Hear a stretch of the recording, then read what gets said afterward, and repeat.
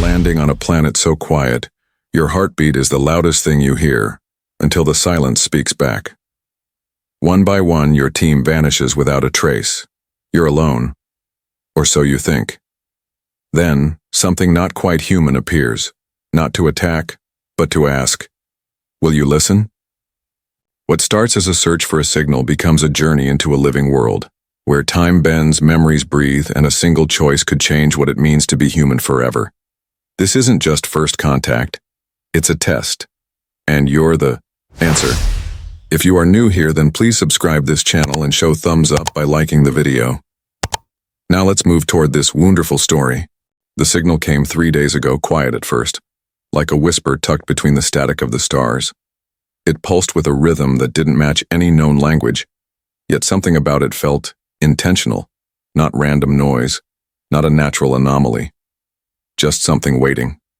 That's what Lieutenant Duran Hale told himself as he stared through the ship's main viewport, watching the planet below grow larger and brighter.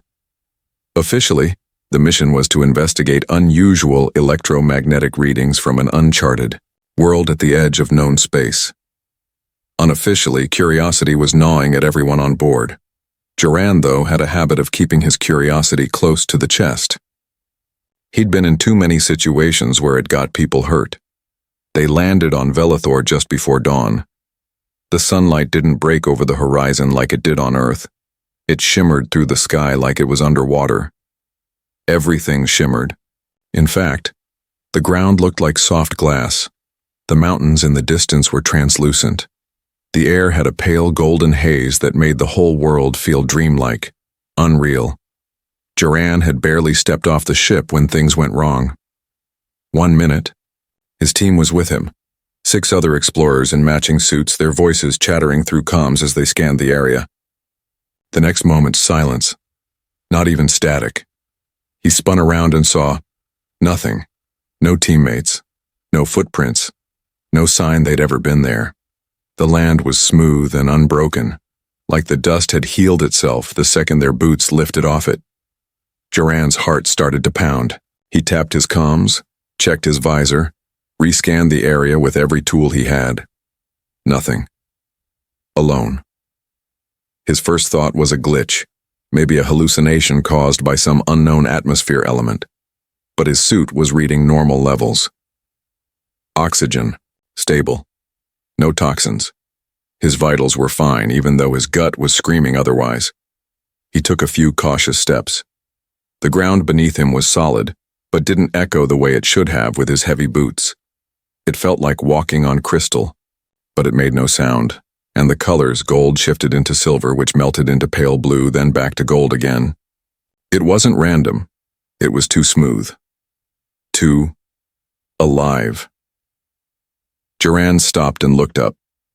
Above him, the sky had no clouds, just drifting shapes, floating structures like towers torn loose from gravity, drifting slowly, peacefully above the land. Some of them rotated slightly, catching the light in dazzling patterns that danced across the ground. It should have been terrifying, but instead, it was beautiful. Beautiful in a way that made him ache. The air smelled faintly sweet, like flowers blooming in metal gardens. Duran turned slowly, scanning the horizon again. No movement, no wind, just him and the impossible world surrounding him. He gripped his rifle tighter. It wasn't fear exactly, more like a deep, unsettled feeling in his chest. A feeling like he'd wandered into a sacred place uninvited, a place not meant for human boots. But he had no choice now. His team was gone. The ship was quiet. The signal still pulsed, faint but steady, pulling at something inside him. Duran started walking. He moved slowly, each step careful. The silence was thick but not empty. It was full of something he couldn't name, like the air itself was listening, watching, waiting. Then he felt it, not a touch. Not a sound, just awareness. Like someone had just opened a door and stepped into the room behind him. He turned quickly. Nothing there, but he felt it, that presence. not threatening, just curious. The pulse in his chest quickened, matching something in the air, a beat, a rhythm. Was it the ground? He crouched and placed a gloved hand on the surface. It was pulsing, softly, like a heartbeat, like the planet itself was alive and syncing with him. He stood, heart hammering now, and looked toward a ridge that shimmered brighter than the rest. The signal was stronger in that direction. He could feel it, not just in his instruments, but in his bones, like it was calling to him. As he walked, he passed strange spires rising from the earth like frozen waves. They shimmered in pale blue light and seemed to hum softly if he stood close enough. The hum wasn't random either. It matched the rhythm of the signal. After 20 more minutes of walking, he reached the top of a ridge and stopped dead. Below him stretched a valley filled with light. Not sunlight, something else. It pulsed and moved like liquid, and in the center of it all stood a structure unlike anything he'd seen before. A tower of crystalline gold, glowing faintly, humming with the same pulse, the signal. Duran's breath caught. Something moved at the edge of the tower. He squinted. The figure was distant, bathed in the shimmer, but it was humanoid. Tall, graceful. Watching him, he raised his rifle slightly, but didn't aim.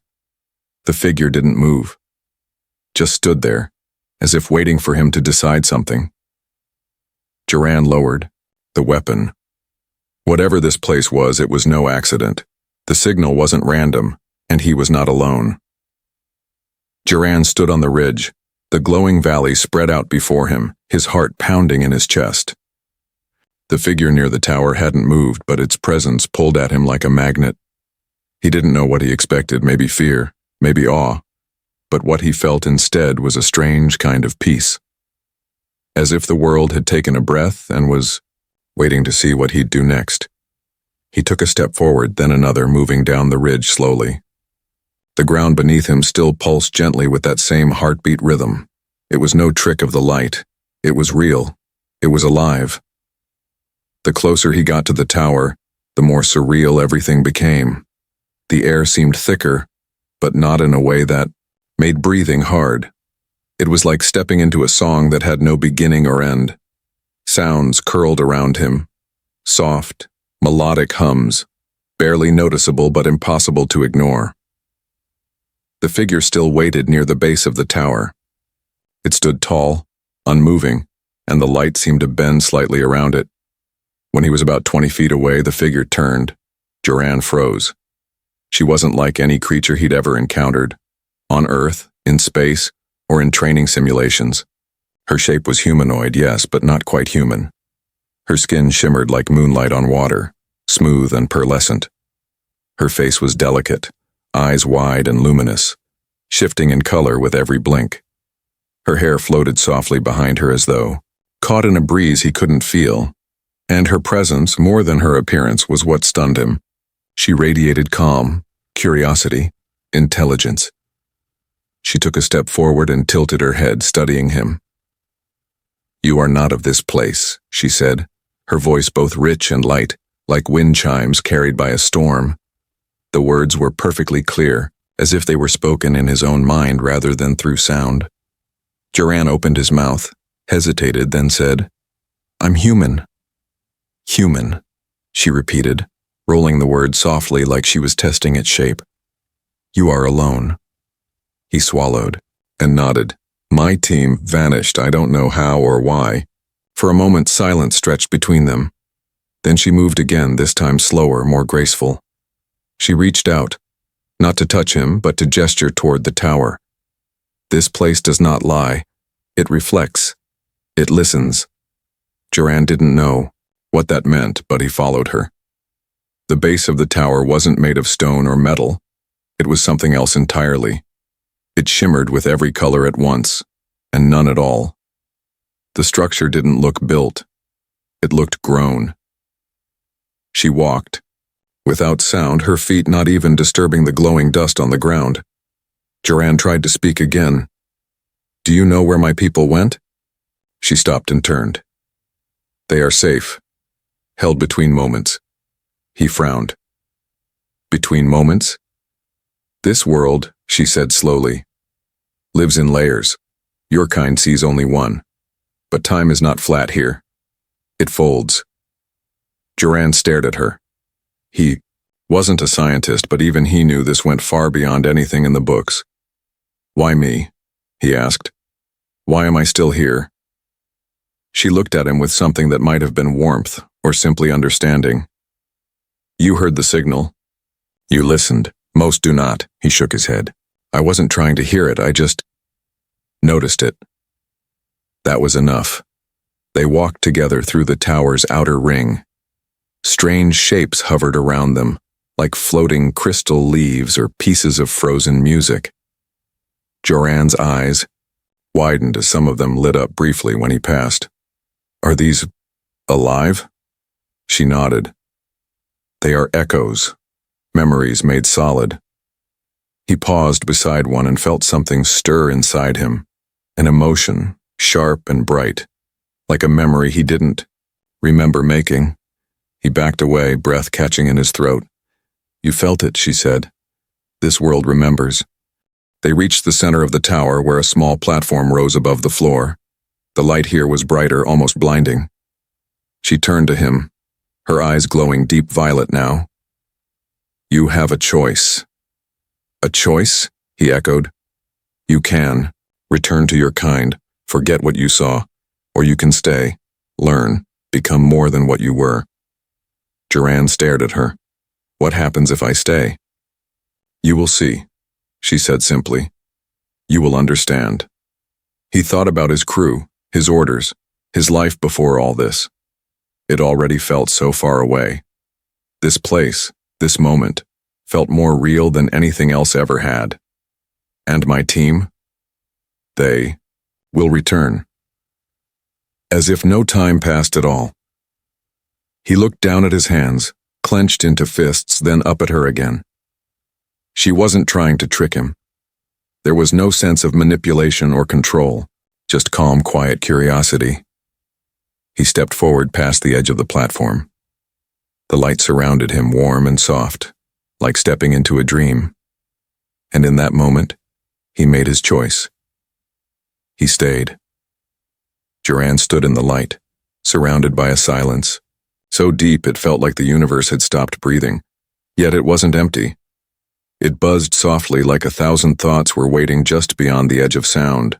As his eyes adjusted, the brightness faded into soft colors, cool blues, gentle purples, and silver tones that pulsed with a quiet rhythm. The tower was no longer solid beneath his feet. It felt like he was standing on air, but he wasn't falling. Instead, the space around him held him in place like a cradle made of thought. He turned slowly, searching for the shimmering figure he had followed. Sevria, as she had named herself earlier. But she was gone. In her place were shadows of light, forming shapes and figures that drifted in and out of focus. At first he thought they were just part of the tower, but then he heard a voice, not Sevria's, but another one. It was calm, familiar, and impossibly out of place. Still thinking too hard, Joran. He turned sharply. There, standing just a few feet away, was Professor Lyrian Voss. She looked exactly as he remembered her. Sharp eyes behind round glasses, her gray-streaked hair tied up in a messy knot. She had been his mentor back at the academy, the one who always pushed him to ask why instead of how. But she had been dead for years. This isn't real, he said aloud, though his voice wavered. Real enough, she replied, walking slowly around him. You're inside a memory field. This place reflects what matters most to you, what shapes you. Me? I'm just your mind's way of sorting through the chaos. Joran felt a strange wave of both comfort and confusion. But why show you? Why now? Professor Voss gave a small smile. Because you need to remember who you are, before you can understand what comes next. Around them, the lights shifted again. Images formed. His old training sessions, quiet moments aboard the ship, the day he was promoted, and the moment his team vanished.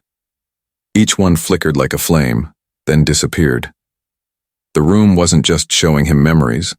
It was asking him to face them. He turned back to the image of the missing team, frozen mid-movement, their faces confused just before they vanished. "Where are they?" he asked. "They're safe," the image of Voss said, her tone gentle. "This place took them out of time, placed them between seconds so you could be here alone. Not as a punishment, but as a gift. You were chosen." Duran's heart raced. Chosen for what? To listen, to learn, and if you choose, to carry something back. Before he could ask more, the lights darkened. The tower around him faded, and he found himself standing in the middle of a vast plain under a twilight sky. The stars above shifted constantly, like ink swirling in water. There were no sounds except the soft wind, and even that seemed to whisper things he couldn't understand. Sevria appeared again, this time not alone. Beside her were two more figures, tall and glowing, their shapes less defined. They didn't speak. They simply watched him, eyes like galaxies spinning behind translucent skin. "They are the elders," Sevria said softly. "They do not speak, as you do. They feel. They remember. They are the keepers of what once was and what could be." Duran stared at them. They were unlike anything he had imagined. So different, yet undeniably intelligent. He could feel their attention, not aggressive, but intense. It was like standing under a microscope. "They want to understand humans," Sevria said, "but not with questions, with stories, with truth." Duran frowned. "Why me?" "Because you were quiet enough to hear," she replied. "Your kind speaks often but listens rarely. But you heard the signal. You followed it. You didn't fire your weapon. You chose wonder over fear." He felt the weight of that truth settle on his shoulders. All his life, he had been the one who held back, who watched a little longer, who waited to act until he truly understood. It had sometimes made him feel small or slow, but here, it seemed to matter. Sevria stepped closer, her hand reaching out. She didn't touch him, but a pulse of warmth radiated between them. "You may return, and all this will feel like a dream. But if you stay, you will learn things your kind has never known. You will become something more." Duran looked around at the stars, the silent elders, the glowing figure beside him. This was more than a mission now, it was a crossroads. He thought of his team, his home, his life back on Earth. Then he thought of everything he had seen here, the beauty, the stillness, the possibility. He took a breath. "I'll stay," he said. The wind stilled. The stars seemed to pause. Then, quietly, the light around him began to rise, lifting him upward, not away, but deeper into the truth hidden beneath the silence. Duran stood still as the light wrapped around him, not blinding or harsh, but soft like the warmth of morning sun on skin. It lifted him gently, without weight, and carried him into a place beyond walls, beyond sky. A space filled with color and sound, but not in any way he had ever experienced. The music here wasn't heard with ears. It was felt, like a quiet vibration in the chest or a memory you didn't know you had. The elders stood in a wide circle, their forms glowing softly, their presence calm, but unshakable. They didn't speak in words. Instead, they let the space around them shift, showing images from Earth, rivers, forests, cities lit at night, children laughing, people embracing, and then moments of war, of sorrow, of silence. Duran understood. They were showing him what they had seen through the signal, echoes from humanity, flashes of what humans created and what they destroyed, the beauty and the pain, side by side. The elders didn't judge. They only watched, waiting to see what he would do with what he had been given. Sevria moved to stand beside him, her expression unreadable but not cold. She gestured to the images that flickered around them. "This is what you are," she said, "and what you could be." He didn't know what to say. What could he say? How could one person speak for an entire planet, an entire species? But somehow, he felt they didn't expect him to speak for everyone. Just for himself. "I've seen both sides of us," he said quietly. "We build and we break. We love and we fight. But we're trying. We're learning." The music shifted slightly, growing deeper in tone, as if acknowledging his words. "We don't always listen," he admitted, "but sometimes we do, and when we do, we change." That seemed to matter. Sevria stepped closer. "Then take what you have learned and carry it back. Not as a message, as a seed." Joran frowned. "A seed?" "An idea," she said. "Something that grows in the minds of others. Not loud. Not fast. But steady. A way forward." He looked at his hands, the gloves still covered in dust from a world that now felt 1,000 lifetimes away. When he looked back at Sevria, he realized he wasn't afraid anymore.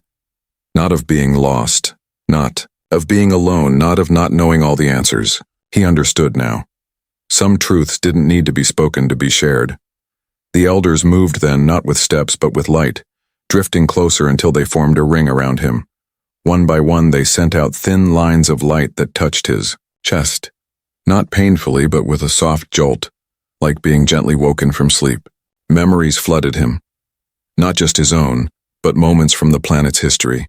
Stories of connection, of beings who once lived in harmony with the world's rhythm, and the quiet silence that followed when they faded. It was a gift, not just of knowledge but of feeling, a piece of their world placed within him. Then it was over. The light dimmed, the colors faded, and slowly, the world around him shifted again. He stood once more at the edge of the glowing valley, the tower behind him. The air was still. The shimmer had softened, but everything felt different now. Deeper. He looked down at the ground, and it pulsed once, like a heartbeat, like a farewell. Behind him, a soft wind stirred. He turned and saw his team standing there, confused, blinking as if they had just blinked and missed everything. They were alive, unchanged, as if no time had passed at all. They looked at him, puzzled. "Joran?" one of them asked. "Where? Did you go?" He smiled softly. "Nowhere, just took a walk." They didn't press. The ship was still intact, instruments stable. No sign of the time lost or the beings he'd met. As the crew prepared to lift off, Joran stood at the ramp and took one last look at the horizon. The signal was gone. The silence had returned. But he could still feel it, the rhythm in his chest, the song in his bones. Back on the main vessel, his report was brief. He noted the terrain, the unexplained silence, and the signal that had suddenly vanished. He made no mention of the elders, the tower, or Sevria. He simply ended with one line. "Recommend no further contact. This world is not ours to understand, only to respect." As they left orbit, the stars stretched out before them, a blanket of endless mystery. The crew chatted softly, unaware of what had really happened. Joran leaned back in his seat and closed his eyes. Then, through the comms, a soft tone played. Just 3 notes, simple, gentle, and unmistakably familiar. Joran opened his eyes and smiled. Somewhere, out there, they were still listening.